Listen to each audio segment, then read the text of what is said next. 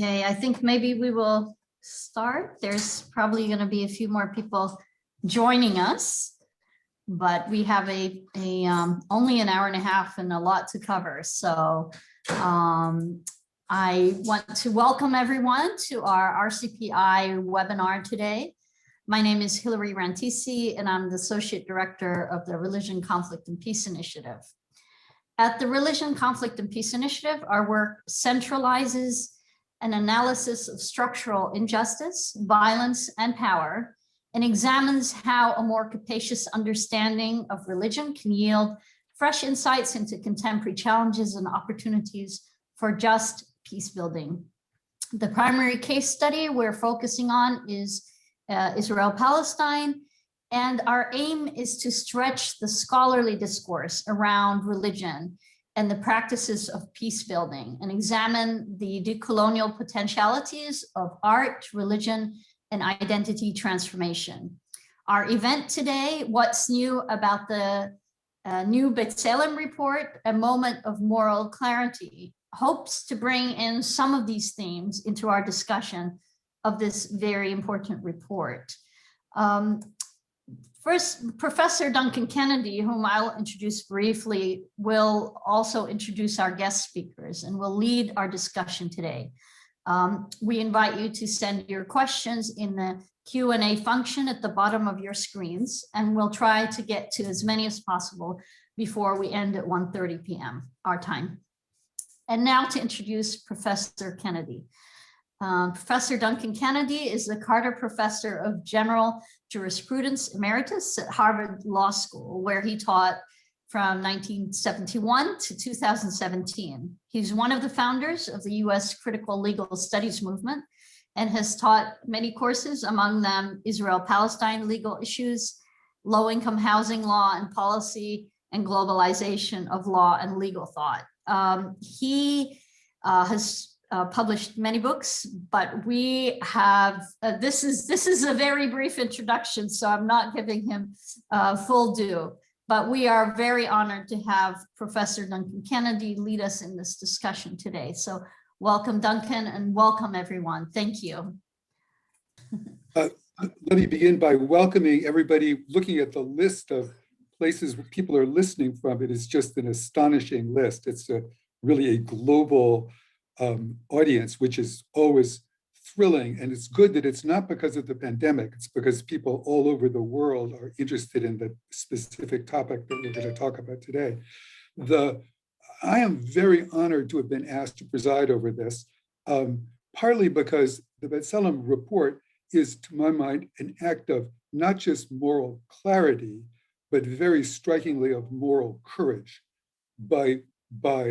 And let me then say to both Hagai and to Orly, it's amazingly impressive that you guys have chosen to do this. I think it's a genuine event in the story of contestation over Israel-Palestine legal issues. It's really, I very much admire your doing it. And I think it really took guts, and that's unbelievably important to me when I think about who I admire. So my hat is off to you for doing that. I'm going to introduce the speakers. I've been given one line. Hilary insisted on giving me 2 lines. Obviously, this is a highly formalistic understanding of hierarchy. So I'm going to just read off the 1-line introductions. And then for the audience, this is not going to be the classic webinar format, because what we're going to do is questions. So I'm going to ask questions, a whole set of prepared questions, which the panelists are not familiar with. And we're going to proceed that way. So I'll be questioning them, and then you can question them after I've questioned them. So here in alphabetical order, Sam Bahour is a Palestinian-American based in Al-Bira, Ramallah, Palestine. He is a freelance business consultant who serves in various capacities in several community organizations. Diana Buttu is a Palestinian-Canadian lawyer specializing in negotiations, international law, and international human rights law. Hagai El-Ad is an Israeli human rights activist and executive director of B'Tselem, the Israeli Information Center for Human Rights in the Occupied Territories. and Orly Noy is a political activist and a translator of Farsi poetry and prose. She is a member of B'Tselem's executive board and an activist with the Balad political party. So there you all are. It's an amazing list of people. So now I'm going to begin with the first question. So this is for Hagai. So tell us about the new B'Tselem report. What's it about? What's new about it? What's the significance that the labeling of the realities as apartheid, which has been in circulation for quite a long time, is now conveyed by an Israeli human rights organization? And let me remind you, 6 or 7 minutes. Okay. First, I'm very thankful for this webinar, and thank you, Professor Kennedy, for those warm words of introduction. Maybe just allow me to, from the get-go, get something out of my closet and add one line to my bio, which is like the skeleton that I'm hiding in the closet, is that I've actually spent 3 years on Garden Street at the Center for Astrophysics in a previous life. So it seems it's been a while since that time, and I kind of always imagined that maybe like one day I'll have a chance to revisit Harvard.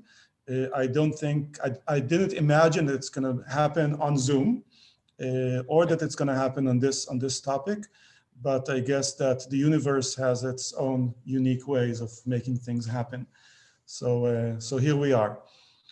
I think I wanted to say before going into the report itself is to give some current context of the reality on the ground.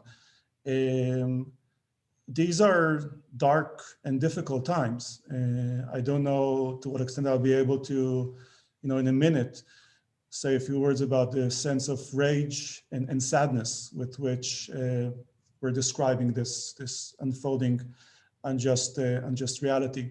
Homsa, a Palestinian community, a small Palestinian community in the northern Jordan Valley, there were demolitions there again yesterday. I think it was the 5th or the 6th time since November. It's getting difficult to even count.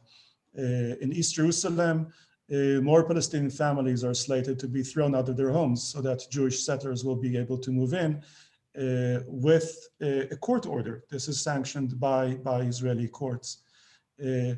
There's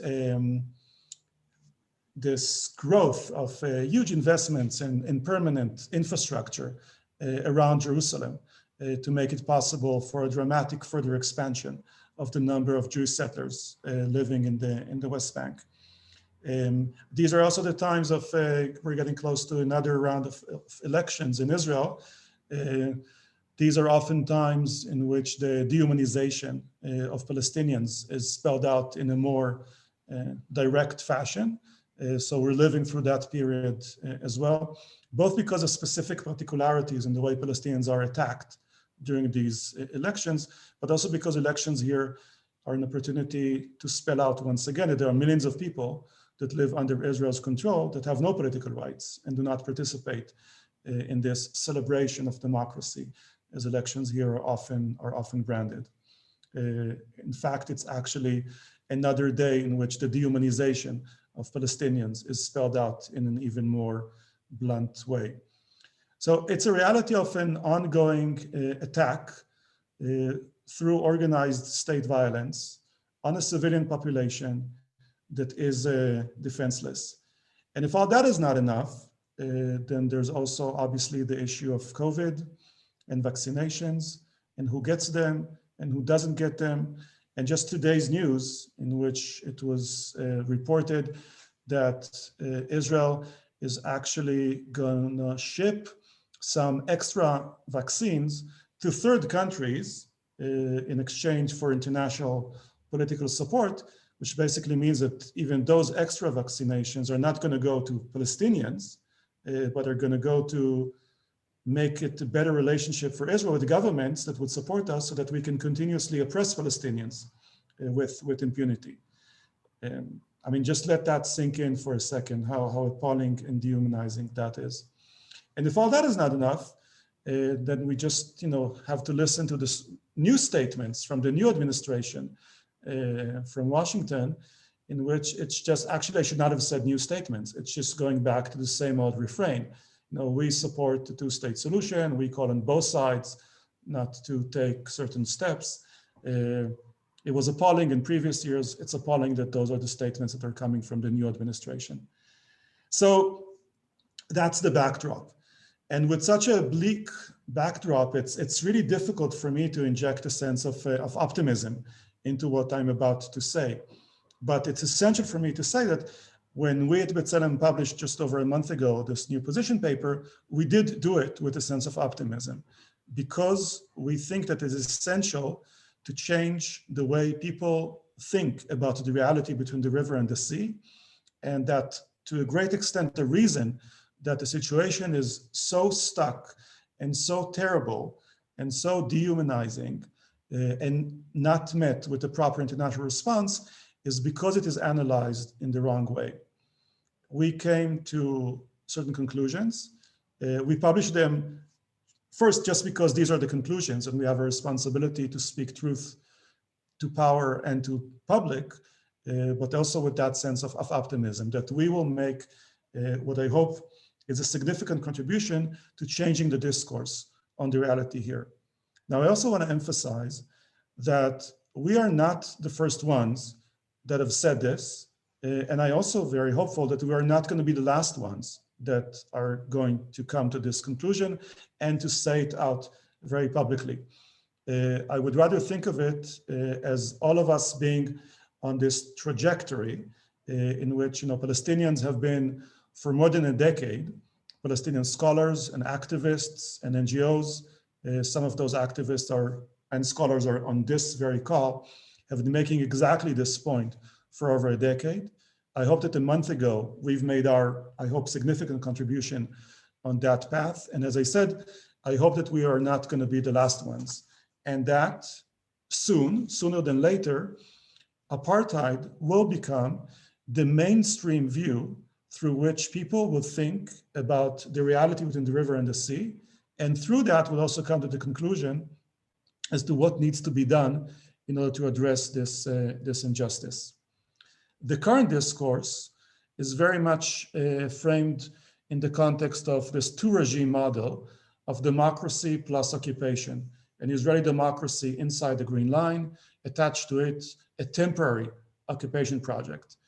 And one of the big problems in that, there are many problems in that model, but one of them is that it always pushes the problem into the future, because the occupation is temporary, so the problem is in the future. And also the problem is not here, the problem is over there. It's on the other side of the Green Line. That allows many stakeholders to pretend that with that in mind, also addressing the problem can only take place on the other side of the Green Line and can take place in the future. But that worldview has become completely untethered to reality. It ignores more than 500,000, more than 600,000 Jewish settlers on the other side of the Green Line, living their lives as if they're living inside Israel proper. It ignores the de facto annexation of East Jerusalem and the de jure annexation of East Jerusalem and de facto annexation of the rest of the West Bank. It ignores the fact that Israeli policies on the other side of the Green Line are decided on this side of the Green Line, and they're serving the Israeli project, not some rouge military government that we've established somehow on the other side of the Green Line. But the key thing that this division ignores is the fact that there is one central principle that is applied by the Israeli regime anywhere under its control. And that principle is advancing the supremacy of half of the population, Jews, between the river and the sea, at the expense of the other half of the population, Palestinians. I want to be brief, so I'm zooming into wrapping up. And just to say that in the position paper, we explore some of the key aspects of that reality. And I invite people to read the full position paper and or to take a look at a shorter version of the position paper. It's not a 50-page legal report. It's an 8-pager ready for public consumption so that anyone can understand what we're talking about. You don't need to be a legal expert to see injustice and recognize it for what it is. And if 8 pages are too long, there's also a short illustrated explainer available on the website that in just over 1,000 words makes these points, and exploring the ways in which the Israeli regime has been re-engineering what is going on here, re-engineering land and space, land moving from Palestinian hands to Jewish hands, re-engineering demographics, re-engineering the movement of people, and re-engineering political rights. And maybe with that I'll finish because I mentioned the elections in the beginning. So again, we have demographic parity between in the river and the sea, but the regime is working so that that parity will never translate into parity in political rights, in access to the resources, and in the sense of ownership of this place. Thank you very much, Hagai. And now I'll just move right along to a question for Sam Bahour. As someone who is operating in the private sector, can you explain the degree to which the report speaks to realities on the ground in terms of Palestinian economic and other possibilities, economic development and other possibilities for genuine autonomy and development? Thank you, Professor Duncan. Thanks to the Harvard Divinity School and all the organizers and my fellow colleagues. Yes, I can. Let me start by just noting up front, the title of today's event speaks of a moment of moral clarity. That is so accurate. Myself and others, Deanna is part of this as well, we're part of something called the Palestine Strategy Group. And last June, we issued a report called Palestine 2030, a decade of clarity and renewal. So the issue of clarity is a theme given everything that we've seen up until now. And I see the context of the Beit Salem report coming in terms of that kind of clarity that anyone who had any kind of doubt should not anymore. Look, I'll start and I'll actually end with the same welcoming of the report, noting that it was long delayed in coming. As Hagai said, this has been a discussion for over a decade, but I embrace the moral leverage that it now provides. And to be a little particular here, because I cannot speak about anything economic unless I speak of the political economy. The political part of political economy here drives. So what I did, I actually I had read the report when it first came out, and I reread it in preparation for today's event. And I want to nitpick on 13 items, very briefly, telegraphically, just to invoke a discussion amongst us to show that even though this was a very bold and courageous move, there's even more that needs to be done as we go forward. Very quickly, the report talks about Jewish supremacy. For me, we've been calling that in our movement Zionism and the effect of Zionism on Palestine. As we all know, in 1975, there was a Zionism is racism resolution in the General Assembly that was revoked for very political peace process reasons in 1997. The report does not use the word racism, and that's something I stopped at. Then I convinced myself that supremacy is actually a higher form of racism, so maybe it's not that bad after all. Secondly, the report mentions that the West Bank has been annexed in practice. In practice, I understand, but we should not confuse what happens in practice to the legal standing of territory, because we have a very political struggle, and it's embedded within the body of international law, which is on our side. So I would not want to disrupt the pieces of international law that our struggle is based on for the sake of trying to convince people by using new terminology. The only part of the West Bank that has been officially annexed is East Jerusalem, and that's a case we can look at. Third, it says that there's one regime governing over the entire area. I know where this is coming from. I would actually say there's one state behind all of the various regimes that are being applied. And I would actually say, and I'm using regime in the very laxed way here, Gaza has its own regime defined by the state of Israel. Ramallah has its own regime defined by the state of Israel.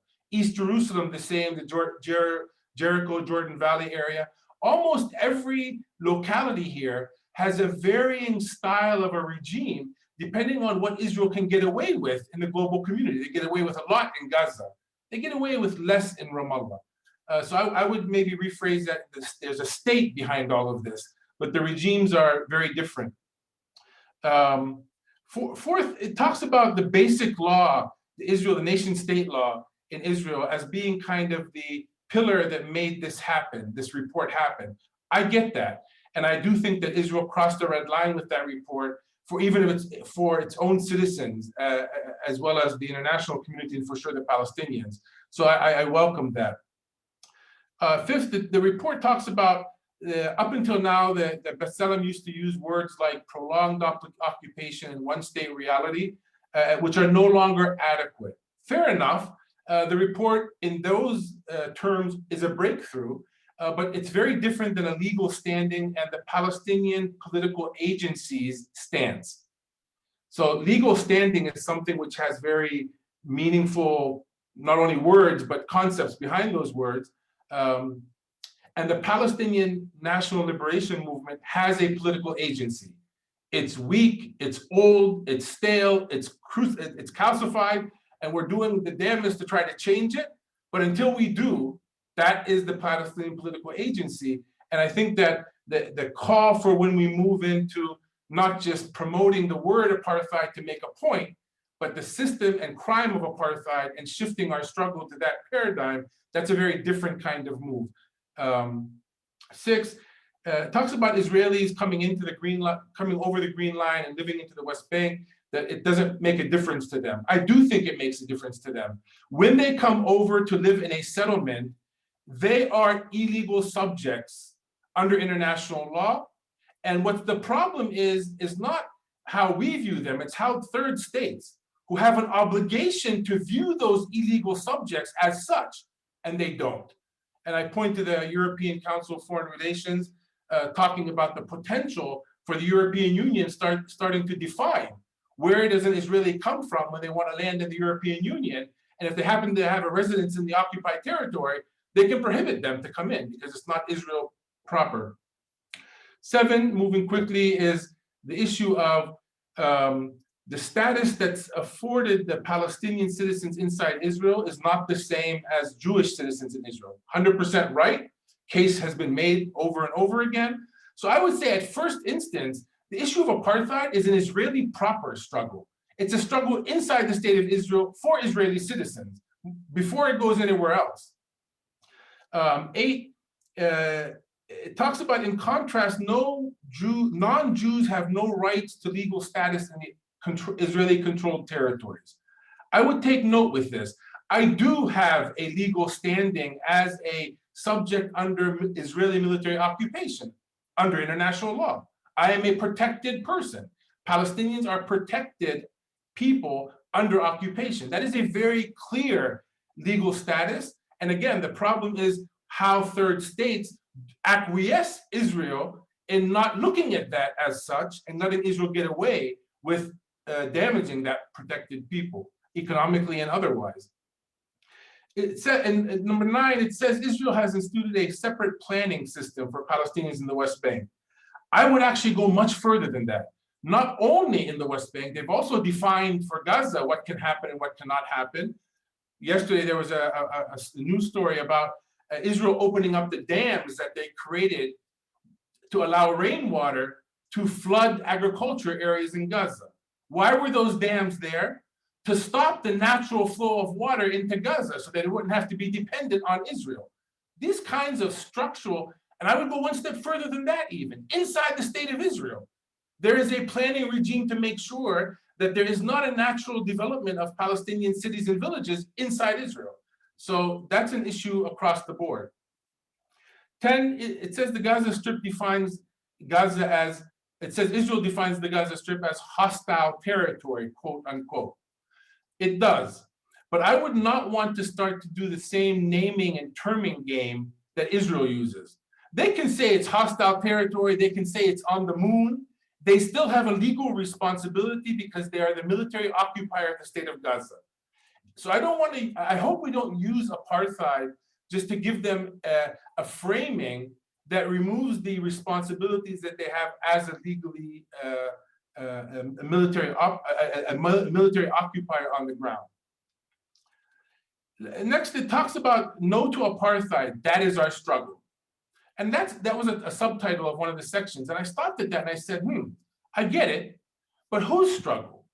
Is it the Israeli citizens, Palestinian and non-Palestinian and Jewish citizens inside the state of Israel's struggle? Or is it the Palestinian national movement's struggle? I mean, no to apartheid is the whole world's struggle. But in a political context, the Palestinian National Liberation Movement has not redefined the parameters yet, they may, of our struggle. So statehood is the goal, along with refugees and along with non-discrimination inside of Israel. And military occupation today of that state, which exists with 70% of the world recognizing it, is the paradigm that we're working in.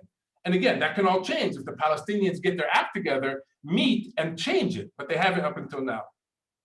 And the last two is, it talks about the Jewish supremacy has now been enshrined in basic law. And now it is binding constitutionally inside the state of Israel. I get that, and that is even more so that this is a battle that Israelis have to undertake for their own state apparatus before they look at their military occupation outside of the state. And lastly, it says apartheid has long been an independent term. Correct. And it has a reference, the knee-jerk reaction is what happened in South Africa. But, and the report notes this, we need to keep in mind that apartheid today in 2021 is a crime under international law with very clear parameters. And if we're going to adopt that, we need to be ready for that legal battle. And I always say that it took us about 40 years to find out how we can use international law, the Fourth Geneva Convention, as it applies to military occupation. I'm not in a hurry to reset our legal parameter and take another 40 years to learn how to apply the crime of apartheid to free our people. And I end the way I started. I welcome the report. It was long delayed, but the moral leverage that it provides in the discussion today cannot be overestimated. Thank you. Thank you very much, Sam. Thank you very much for that. So this is a question for Diana. It follows up on your point 8 and also on the last point.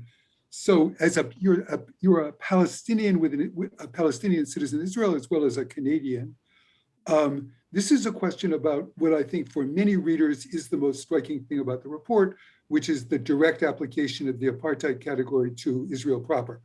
So do you want to elaborate a little bit how you would respond to the idea that many people will have, which is that given the political and civil rights of Palestinian citizens of Israel, it is wrong, even absurd, to claim that the apartheid category can be applied there. I'm sure you've heard that a million times since you, as I remember, began making this argument many years ago. Yes, indeed. Thank you. Thank you, Professor Kennedy. And I also want to thank the Divinity School for hosting this. And I want to thank my co-panelists as well. It's really nice to see everyone. And thank you for those who are attending. I guess, of course, it's apartheid. And this is often the issue that people point to. You have the right to vote in the elections. Indeed, there are elections coming up on March the 23rd. But the fact that I have the ability to vote doesn't undermine the underlying racist structure that exists within the state. And I'll go into it a little bit. So first and foremost, this racism predates the 2018 Jewish nation state, or what I actually like to refer to as the Jewish Supremacy law. If you look back in time from 1948, when with the ethnic cleansing of Palestine, for the first 20 years of the country's existence, the 150,000 Palestinians out of the nearly 1 million who had been there previously that remained, so 150,000 remained, including my parents, lived under a form of military rule, a form of martial law. And to this very day, there are rules that continue to dominate over Palestinian citizens of Israel because of the fact that they are not Jewish. It was only Palestinian towns and Palestinians who were living under military law. And these policies of discrimination continue in place specifically for Palestinians, everything from inferior services to restrictive zoning laws, limits in budget allocations, restrictions on jobs and professional opportunities. and the segregated landscape in which we live. And I can give some examples. For example, there is a law on the books that is called the law of return. And the law of return allows any person who is Jewish from anywhere around the world to come in and to immigrate to Israel and automatically be granted citizenship. And yet, I'll tell you just a story about my paternal, aunt. She was born in Palestine. She was raised in Palestine. She was married in Palestine. And she had her first child in Palestine. And then in 1948, she fled to Jordan. And yet, even though she was born here, raised here, got married here and had her first child here, she was never able to return. She ended up dying in Jordan. She was never able to return to Palestine for one reason and one reason only, and that's because she's not Jewish. Whereas somebody who is Jewish has that ability to come here.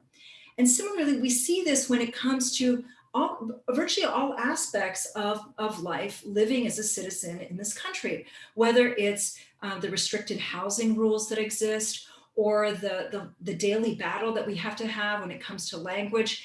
Being a Palestinian in this country means de facto that you are a second-class citizen. The enshrinement of it, it became further enshrined in 2018 with the passage of the Jewish nation-state law. And the Jewish nation-state law has at its core three major elements. The first is that it says that the right to exercise national self-determination in Israel is, quote, unique to the Jewish people, unquote, only. It also establishes that Hebrew is Israel's official language and downgrades Arabic. You remember, this is the Arab Middle East. It downgrades the language to a, quote, special status. And the third thing that it does is that it establishes, quote, Jewish settlement as a national value, and that it states that it will encourage and promote its establishment and development of Jewish settlement as a national value. And so all of these things combined give you a glimpse of what it's like to live as a Palestinian, as a citizen of Israel. Yes, I have the ability to vote, but my ability to exercise rights is actually within a very limited framework, one that is dictated by the state. And if you try to expand that limited framework, that's when you hit upon the state or the state hits upon you. For example, if you look at Palestinian cities and towns that are in 48, none of these cities or towns have ever been able to expand their borders. Expanding borders and housing projects have been exclusively for Jewish Israeli citizens.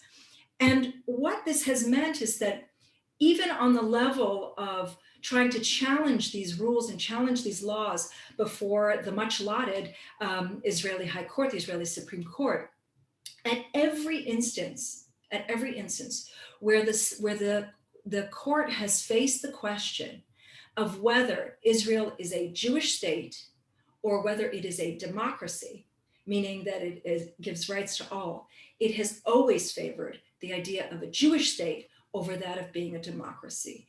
And so for Palestinians who are living here, we've seen this apartheid regime from 1948 until the current day. It's a different form of apartheid than exists in the West Bank and in the Gaza Strip, but it's apartheid nonetheless. Thank you very much. Great to hear you again, Diana. This now is for Orly. And this question is this. So in reactions to the report, obviously the first focus of attention is the claim of apartheid and how that fits into the historic development of the apartheid argument. But as Sam pointed out, another striking aspect of the report is to propose a term, Jewish supremacy, as the way to analyze the whole situation from the Jordan to the sea. So let me ask Orly, what do you think the significance of that choice, the proposal of that as a category for analysis is in terms of political transformation or working for political transformation in Israel-Palestine? Thank you so much for Professor Kennedy, and it's truly an honor to participate in this fantastic panel. And before I answer the question, I just need to quickly comment on Diana's point on the law of return. I just cannot let it go unnoticed that I am a living example of what Diana is saying. I immigrated with my family to Israel at the age of 9 from Iran. And I think a truly shifting point politically for me was the moment that I realized that at the age of 9, for the first time, even before I set foot on the land of Israel, I already had in it more privileges and more rights than a Palestinian that his family or her family had been living here for centuries and for generations. When you realize that, it's quite astonishing, and I think that that says a lot of our very sad story. Why is B'Tselem's, or the notion of Jewish supremacy, is important to political transformation? I think that as we all are people who are trying to bring about political change or changing reality, we all know that acknowledging the reality itself and calling it by its accurate name is probably one of the most difficult challenges that we face. And it is partially because sometimes, especially when we do it professionally, we tend to be so focused or so absorbed with the goal that we set to ourselves, with the way we explained reality to ourselves, first of all, that we are often not aware enough that the circumstances in which we operate have changed dramatically. That to a point that sometimes, we take a step back and we suddenly realize that it's not only that we play on a different playground, but that the game itself has changed, that we are just playing a different game. And so I think that calling reality by its accurate name is even more important and becomes more crucial when on the other side, very strong and powerful powers operate to blur the reality, to disrupt our ability to acknowledge it as it truly is. So for many years, I think that the main paradigm that the so-called peace camp in Israel, or the camp that is operating to bring about change, political change, the main paradigm was the paradigm of separation, mainly through the concept of the two-state solution. Now, I completely agree with Sam, and I think that it's very important to remember that the two-state solution is still the preferable solution by the Palestinian leadership, by the Palestinian side.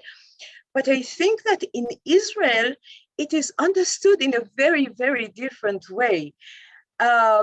In the Israeli discourse, when people speak about separation, there is an implied symmetry in that discourse that is, of course, completely false. The two state for two people, they are there and we are here, as if we are talking about two equal sides that partners that are just looking for the proper divorce contract to divorce one another. But the truth is that even the other political camp in Israel seeks separation. Yeah, but only they seek a different sort of separation that ensures Jewish supremacy over the entire territory between the river and the sea. And apartheid at its core is also a sort of separation. So I think that understanding the nature of the new position paper by B'Tselem is essential for bringing about political change, because one of its main points is that lack of separation is not the problem. As I said, also, apartheid is also a sort of separation. In order to bring about true political change, it is even more essential to understand that the problem does not begin at the lines of 67 occupations, and that on the other side of the green line, there is a different sort of regime, a democracy, so-called.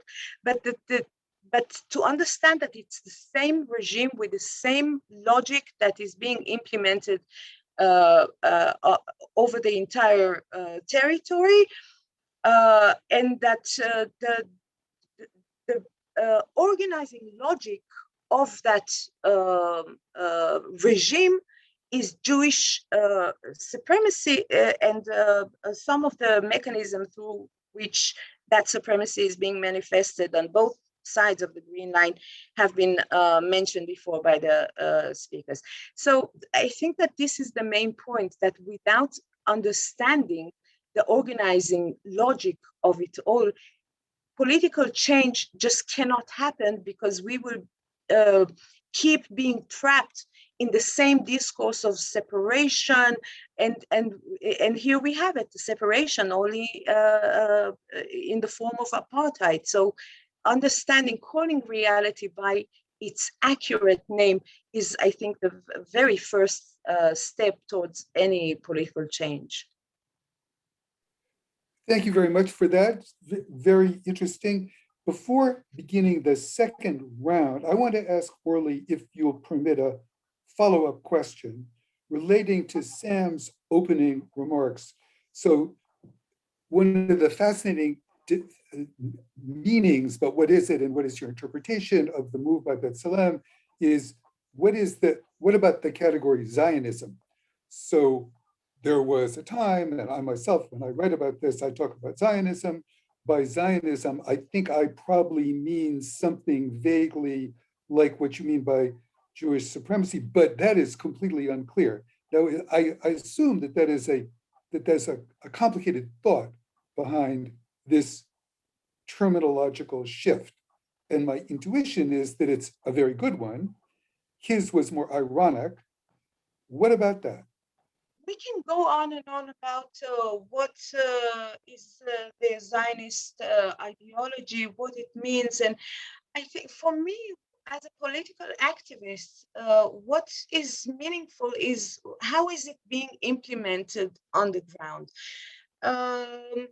If Zionism from the get-go was doomed to be this racist manifestation that we do see in Israel in the past 70-some years, not necessarily. There have been other schools of Zionism, Zionist thought, the spiritual Zionism by Hagai, which personally I very much relate to. I think that could have been a fantastic option to implement.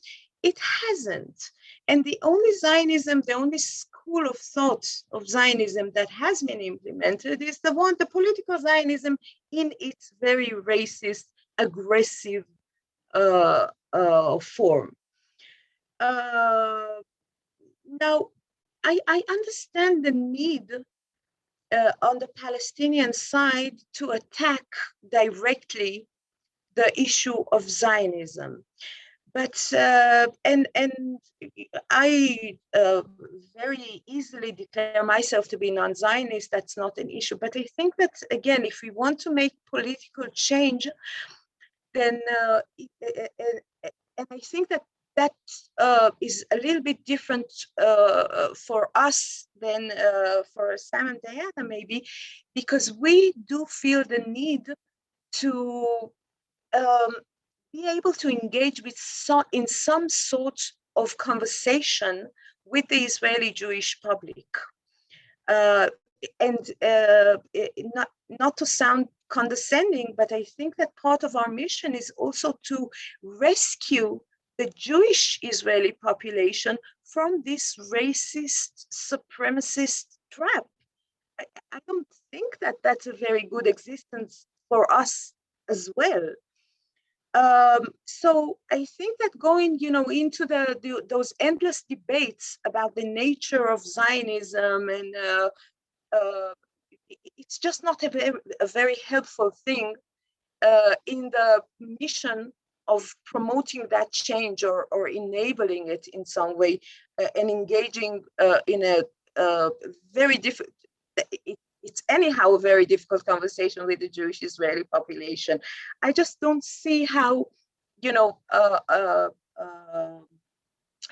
focusing the discourse on the issue of the definition of Zionism would promote such a thing. We are saying very clearly what we think about the implementation of that ideology. Thank you very much, Diana. That was, Orly, that's just what I was hoping you would speak to. So now we're going to be in a second round of questions to the speakers before questions to the audience. And the first one is to Hagai, but I think I'm going to leave it very open for you, Hagai. There are many things that have been said in response to the report in different aspects of it and to its place in the situation. So I'm sure you've got reactions to many of those things, and maybe also you're going to say a word about reactions to the report in Israel. So I'm basically not going to ask you a question. What do you want to talk about? Okay, let's talk about perseverance just landing on Mars. Maybe in a different webinar, in a different life. I just want to begin by thanking Sam for his thoughtful, careful and close reading of the report and his thoughtful remarks. I want to go over each and every one of them, but I'll just address one, which is the question that I think he suggested at the end. B'Tselem saying, no to apartheid, this is our struggle. And his question, who's our in that sentence? And because I think that's a key question. So I want to take advantage of a recent study that was published by the Monkey Cage in the Washington Post that surveyed hundreds of scholars of the region into their insight of the situation. So I think there was a lot of attention to the fact that 59% of those that answered described the current reality for Israel and Palestinians as, quote, a one-state reality akin to apartheid. But, and this is where I go further in the report, they were also asked about the two-state solution, quote unquote. And there, 52% said that such an outcome is no longer possible. An additional 42% said it's not likely for the next decade, right? So 96%, if my math is 94%, if my math is correct, said not for the next decade, if ever, right? So with that in mind, kind of the question, what's going to be the struggle of the next 10 years in a realistic fashion, right? And what we're trying to say, because a lot of the energy, and there's a limited energy and limited bandwidth and limited political will, right? Everywhere. And the situation is very dire, as everyone knows. And it gets worse day by day, as everyone knows. Is it going to be channeled towards a repetition of, and Orly also addressed this in her remarks, of the, trying to maintain the window open for the future two-state solution without actually ever defining what that means, right?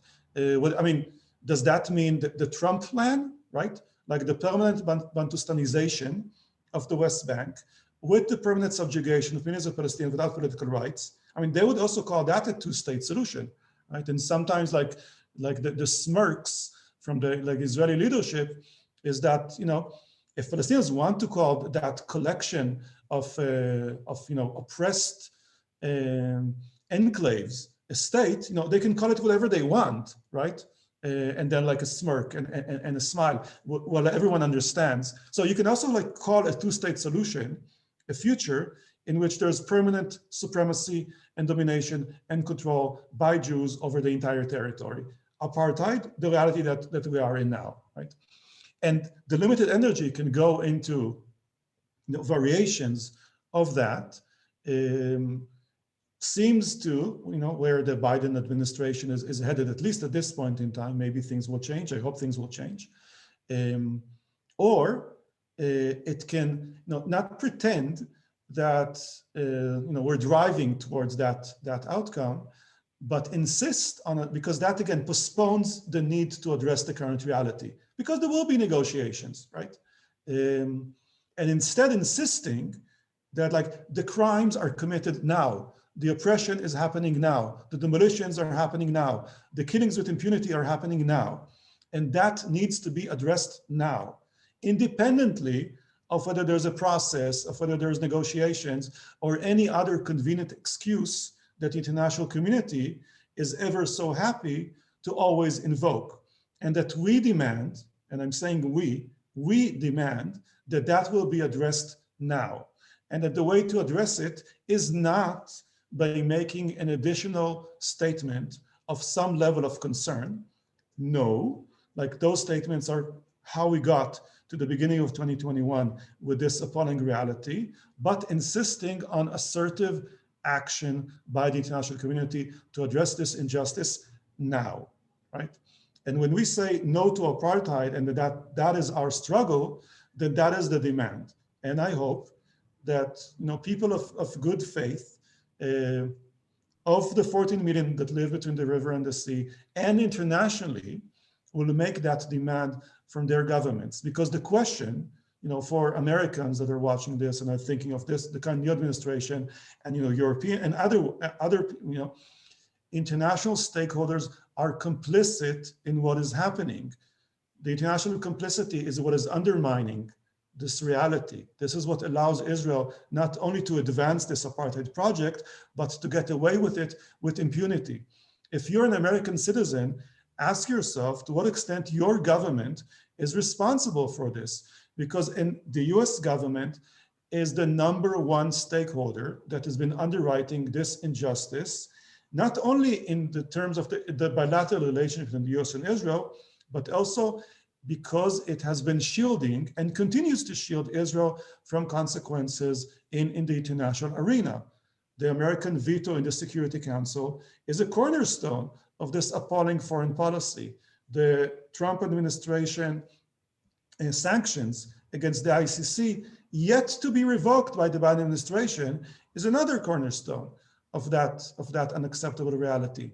If Americans want their government to align foreign policy genuinely with a commitment to human rights globally, then the question is what is happening in the context of Israel-Palestine is exactly the opposite of that, and that has to stop.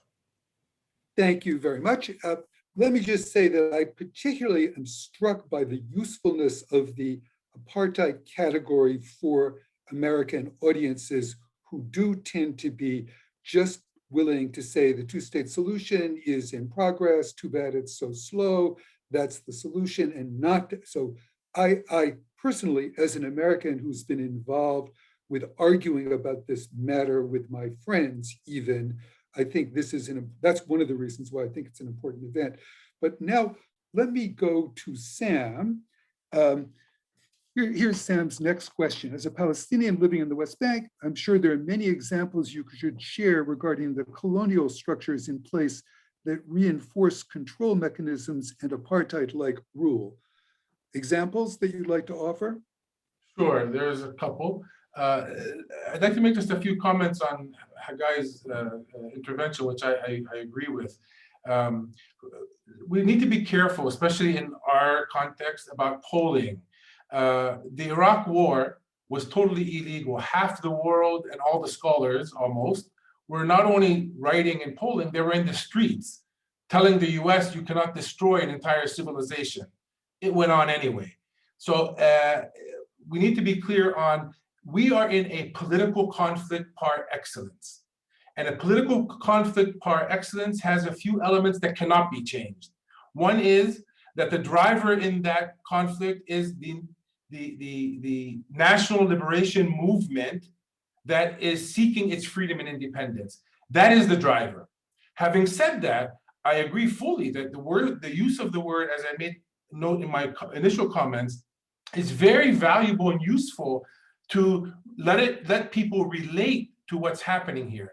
We've continued to repeat the word occupation until we're now blue in the face. And people still think it means that the lavatory in the airplane is occupied, so they need to wait. We're not able to get the message across. Using apartheid helps us get the message across. Changing the framework of our struggle to address the crime of apartheid is a very different thing, and that's the distinction that I'm making. In terms of a two-state solution, I mean, I just had with an Israeli co-writer an op-ed in the New York Times talking about confederation. I agree. We have not been able to articulate a packaging of the two-state solution of what it really means, because the only thing that has been tested to date is some kind of process that's never ending. The actual model has never been tried. So we've made an attempt to try to package what that means, knowing that apartheid, i.e. separation, has been the Israeli mantra since day one of occupation.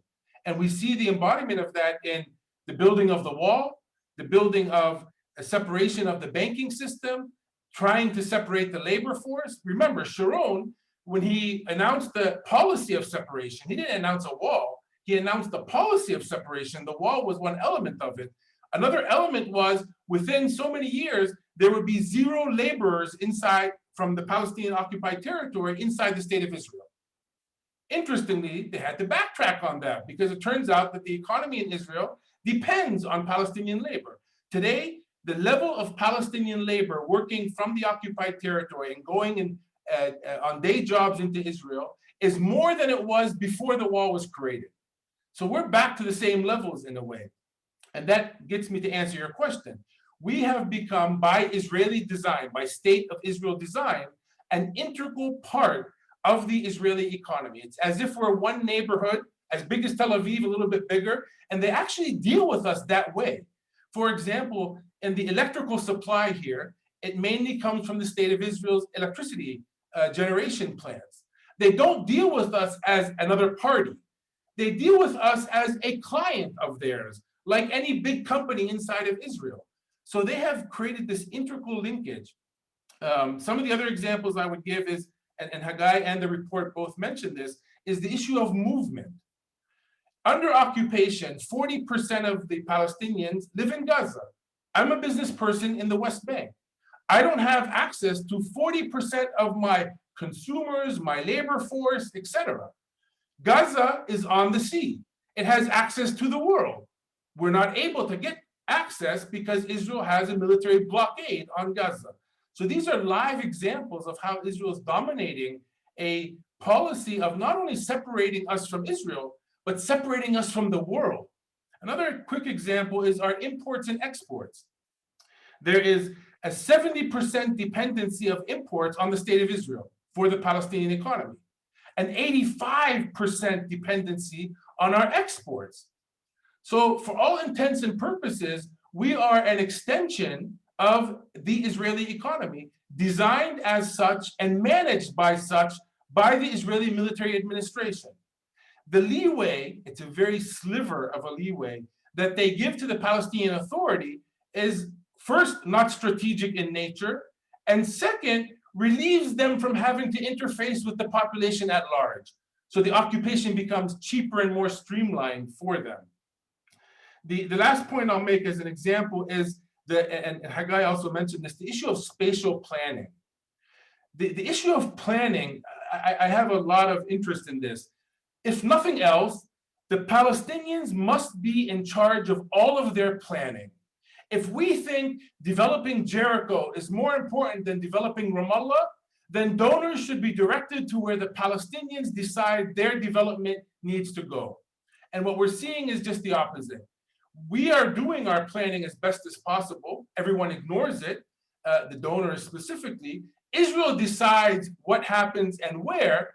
And instead of donors politically standing in front of Israel and saying, no, we want to commit to whatever the Palestinians have decided is their priorities, instead the donors acquiesce the Israeli side, turn a blind eye. And the two prime examples we have from the beginning of Oslo all the way to very recently are Area C, as designated in Oslo, which is 62% of the West Bank. Throughout the years, when Palestinians said they want to develop anything in Area C, the donors who support and prop up this Palestinian government said, no, we can't touch Area C. Why? Because the Israelis said we can't. Or Jerusalem. Israel basically said in a very loud voice, donors, Jerusalem is off limits to your investments. The Palestinians were saying the Palestinian community in Jerusalem is bleeding, is hemorrhaging. We want support for Palestinians inside Jerusalem. And we didn't get it because donors acquiesced with Israeli military orders not to do that. So there's many, many examples. Actually, there's not a sector of the economy that doesn't have an example of Israeli disruption and Israeli master planning for what's happening.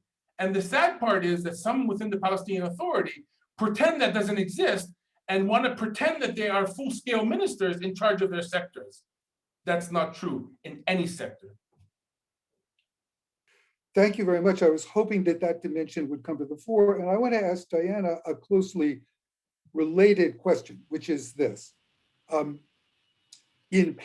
what about the category of settler colonialism? So the report doesn't talk about settler colonialism. The literature developed by both Israeli and Palestinian, Jewish Israeli and Palestinian Israeli academics on settler colonialism is one of the most striking contributions the tragedy of the conflict has made to social science. It's really interesting. What do you think about the relevance of settler colonialism in general to the way to interpret apartheid?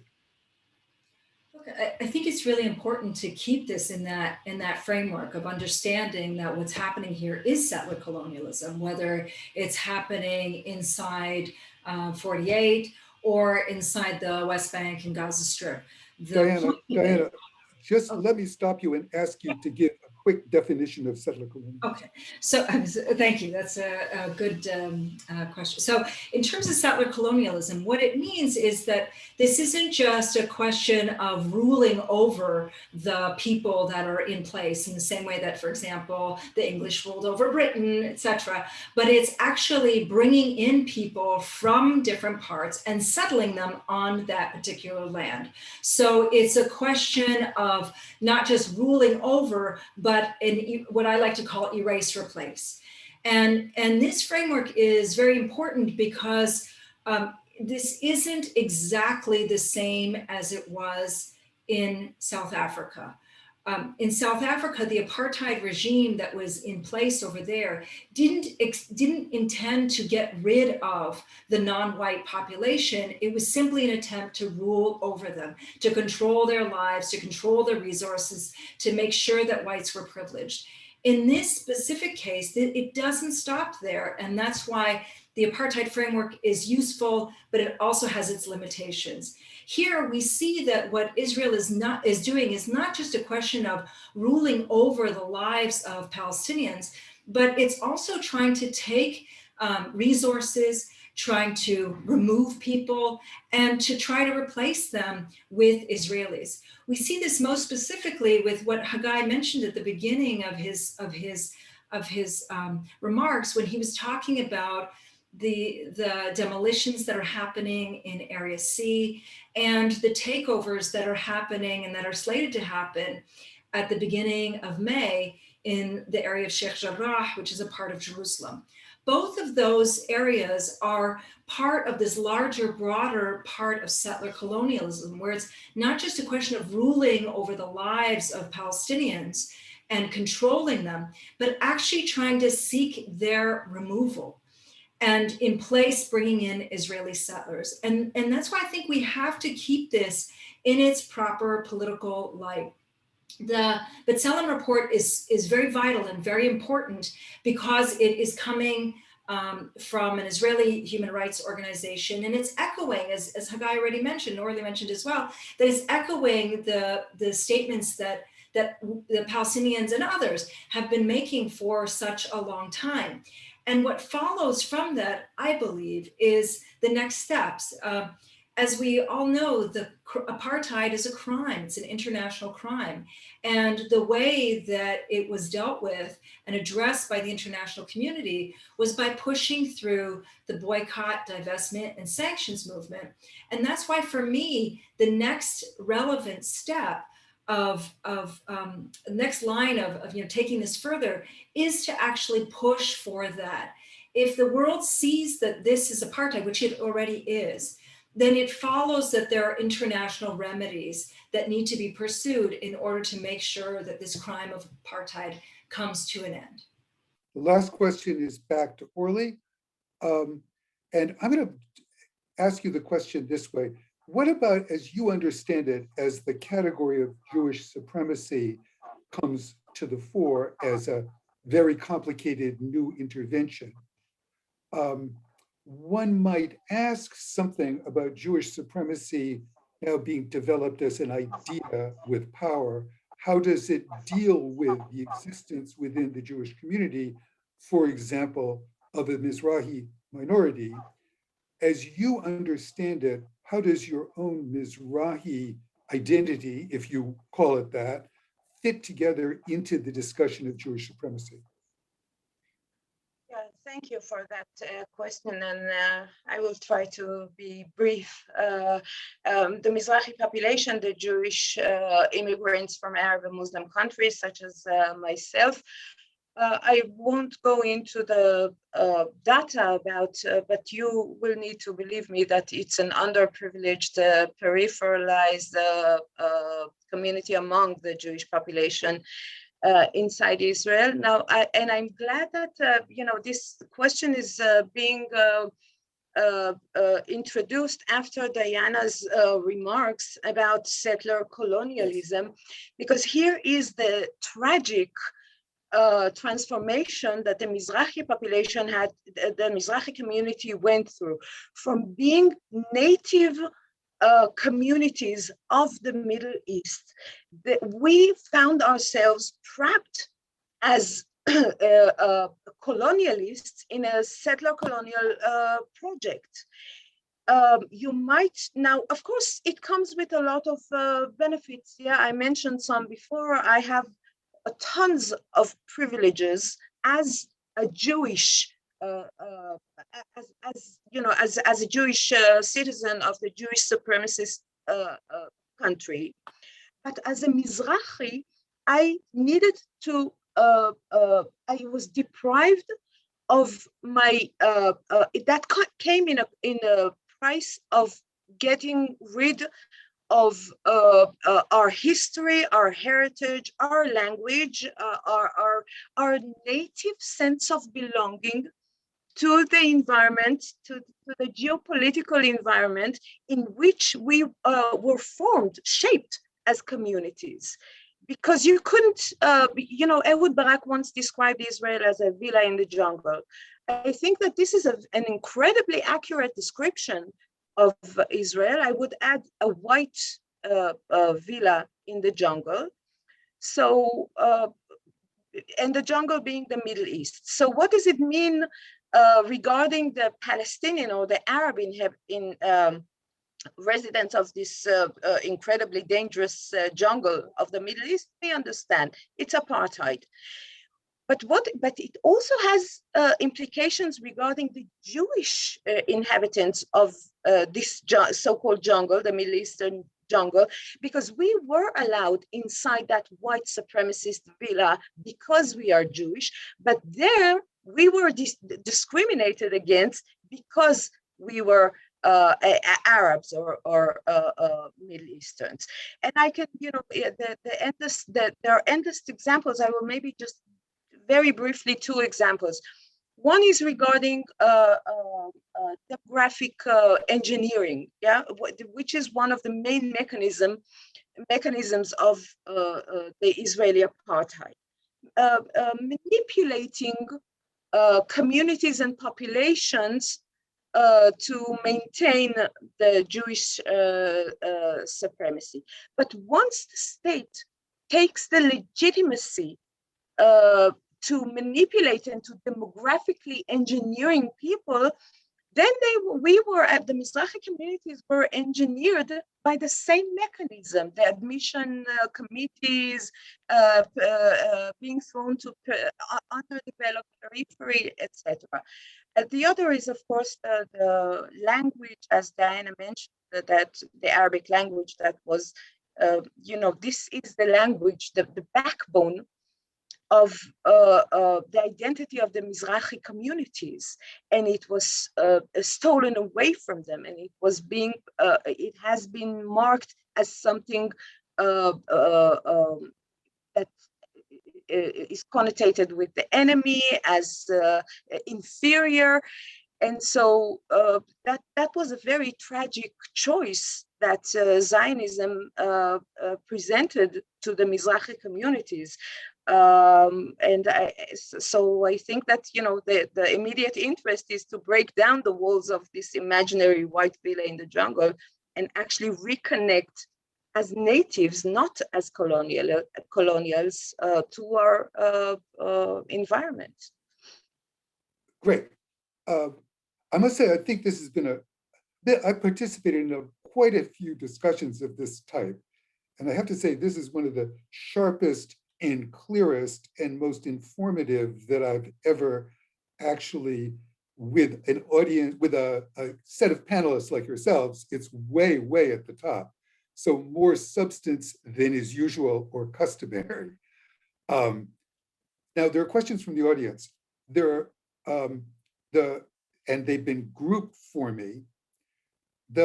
A very important question that's reiterated from the audience is, what is the role of religious leaders as in dealing with and thinking about, let's call it Israeli apartheid, Jewish supremacy?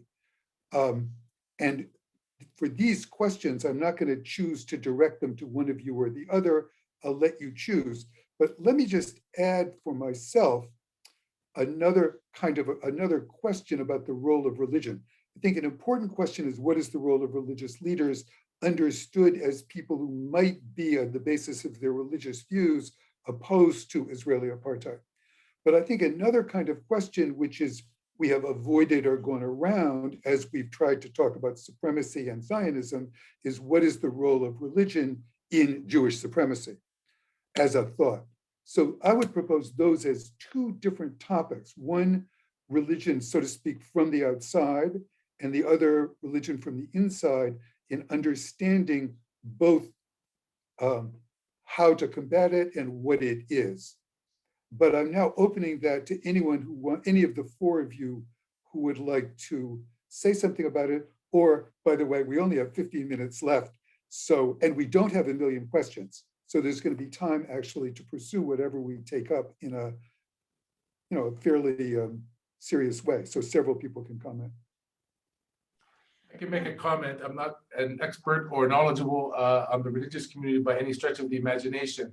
But I would note, for example, on the Palestinian side, where I have exposure, which is movements such as the Kairos movement, where the Palestinian Christian community has rallied around the ending of the occupation. I have not heard any sophisticated argument about apartheid, although it's floated in some of the speeches that the leaders of that movement give. Same with Sabil, which is another Christian-based movement talking about liberation theology. And more recently, we had a very short but very powerful documentary come out about the life he's still living of Archbishop and Latin Patriarch of Jerusalem, Michel Sabah.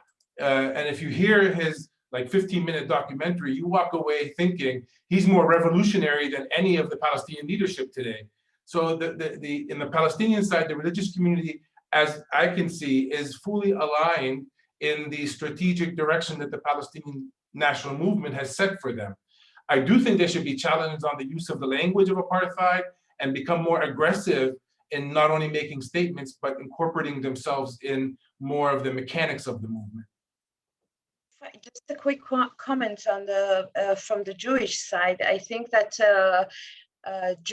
Judaism itself, in my view, has been a secondary victim of Zionism because it was imposed upon the tragic role of being the gatekeeper of this supremacist project. And if, you know, when you see yourself as a villa in the jungle, then you want to put very aggressive gatekeepers. And that was the role imposed upon Judaism in Israel. And when you want your gatekeeper to be aggressive, as aggressive as possible, then what you get in Israel is the formal religious Jewish leadership that is the most, in its most conservative, xenophobian form. And I think that this is really one of our tragedies as Jews, that you know, that role has been imposed upon Judaism, and it's been keeping the Jewish you know, the more progressive voices are completely shut down. The official power, the power to define what is Judaism is now in the hands of the most conservative parts of the communities, Jewish religious communities. So from the mainstream Jewish religious leadership, they are so much incorporated into the supremacist project that unfortunately I don't see any hope coming from that direction. So maybe I'll jump in, and I want to quote Professor Eddie Glau Jr. I think that's going to be helpful for me. So he writes about, I'm quoting, the narrative assumptions that support the everyday order of life, which means we breathe them like air, we count them as truths, we absorb them into our character. And one of those narrative assumptions is like so often marketed in the context of the situation here is Israel as a Jewish and democratic state. That's super important for the domestic narrative, but also for the international marketing of the situation here. Jewish and democratic, well, in fact, it is neither, right? This is not a Jewish space. It is a binational reality. And I already mentioned that there's demographic parity between the river and the sea, 7 million and 7 million. And it's not democratic. It's not democratic because apartheid is not democratic. It's not democratic because millions of people don't have political rights. And yet that is so often invoked. And again, also in the American political discourse about the situation here, that's often what is invoked. Also as part of like the way this is explained and marketed and justified to the American public. Why do you have a special relationship with the state of Israel? Because it's Jewish and democratic. Also to say that almost exclusively what is meant in that context when it says Jewish, it means Jewish just in the demographic sense. And what a terrible offense it is to Jewish culture and identity and scholarship that all of that has been reduced only to demographics. I reject that. I find it offensive. I think it's appalling. One last thing I wanted to say, just because Diana said before, she spoke about erase and replace very correctly. And that's precisely one of the key processes that numerous B'Tselem reports have described and have been trying to address. And I was specifically thinking about a report that we published regarding the situation around Nablus, which is called Expel and Exploit. So it's not erase and replace, but it describes exactly the same process. And it's not just that process of pushing out Palestinians and pushing in Jewish settlers, but also the way Israel gets away with it, because that's the other essential aspect of Israel's success, not only doing it, but also getting away with it. And Diana spoke about remedies and that apartheid has remedies, and she's obviously correct. But it's also true that violations of IHL, violations of occupation laws, also have remedies. And Israel has managed so far to insulate itself also from those remedies. The remedies depend on political will. The remedies depend on international public opinion. The remedies depend on people around the world demanding that their governments end impunity. I want to ask a last question to Diana, which is this. So you have an inside-outside relationship to this situation, both Canada, which is in relation to the United States, and both the West Bank and Israel proper. So where do you see, if you're looking at it from myself as a North American, what do you see as the points at which there is potential for people in North America to assist in, participate in some kind of pressure for transformation?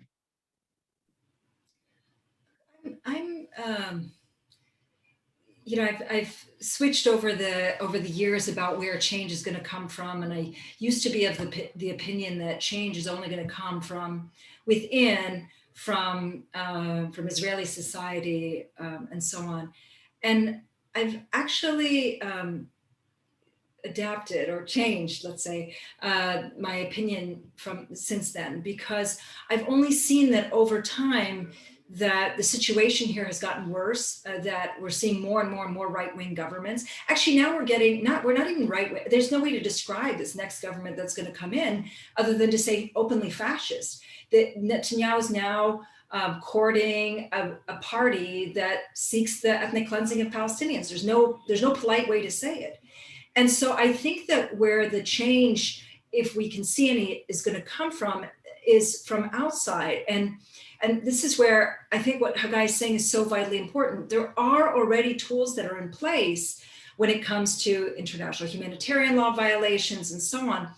But I'm hoping that now with this report, this creates a new level of urgency for the BDS movement to not be so maligned, but to actually take off and soar. Because I really do believe that the only way that things are going to change now, I believe this, is that if there's pressure exerted from outside and not necessarily coming from inside. On the inside, life is grand for many people. It's relatively safe. The checkpoints, the whole system of occupation has become not only normalized, but what's the word I'm looking for? Like, it's become robotic in a way. It's become mechanical, that for many Israelis don't even see Palestinians any longer. They're hidden behind walls, behind checkpoints. And Palestinians live with this overarching regime that only they're the ones who are living with, whether it's home demolitions, arrest of children, detentions, being thrown in prison without charge, without trial. And so I don't think that change is going to come from within this place alone. I think it really needs to come from exerted pressure coming from outside. And for me, that's in the form of BDS with more of an emphasis on the S than anything else, sanctions part of it. Because I think that this is the only way that as a country, that people in Israel will begin to see that there's a price that they have to pay. So thank you very much. We're there. Let me actually bring us to a close this way. So I'd say that what's striking about the discussion is that the choice of B'Tselem has put created a new, we hope, context within which activism might thrive, including BDS, partly not. I think Sam's remark about the question of the relationship between a shift to an emphasis on the unity of a Jewish supremacist regime across the whole territory and the Palestinian definition of the struggle as a national liberation struggle of a people suffering from colonialism and then settler colonialism. I think that's something that needs to be thought about for the future. I didn't read the report as so to speak, unlike a recent post by Norman Finkelstein, I didn't read it as creating a giant legal intellectual clash between the two ideas. So I think it's perfectly plausible to endorse the report as a description of the situation and as a basis for activism without in any way undermining the position of the Palestinians in the ICC that they are the authors of, they are entitled to a claim of war crimes against them as a people, which is distinct from any claim about human rights violations in Israel proper. So I don't think that's a deep problem, but it's excellent to have raised it.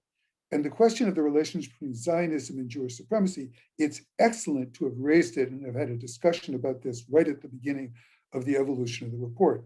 So I think basically it's excellent also to distinguish or see the extent to which the definition of apartheid, which you pursued in the report, which was great, is distinct from a definition that puts very strong emphasis on economic domination, understood as a distinct thing from civil and political domination.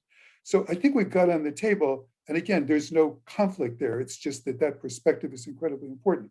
So I would say just my concluding remark would be, thank you very much. I mean, I feel I've really learned a lot. Don't always say that at the end. I've really learned a lot from this discussion. And I'm grateful to you for having participated. Maybe Hillary, the next person up the chain, should now jump in, if she's still there, to say a goodbye. No, Hillary? I am still here. And I also want to thank everyone for an amazing discussion. I think we could go on for hours, but this is sort of I think an invitation to delve into each one of these issues even in more depth, and we will be continuing to look at these issues in our work, and we welcome you to join us as we pursue these questions and hopefully push for a more moral and a change and a different way of peacemaking. So again, I'll end by thanking everyone. Thank you all, and apologies for all those who asked questions and we couldn't get to them, but I know that the discussion was rich, and I hope that you got a lot out of it as well. Thank you all, and you can watch this later on our website, probably in a few weeks' time. Thank you.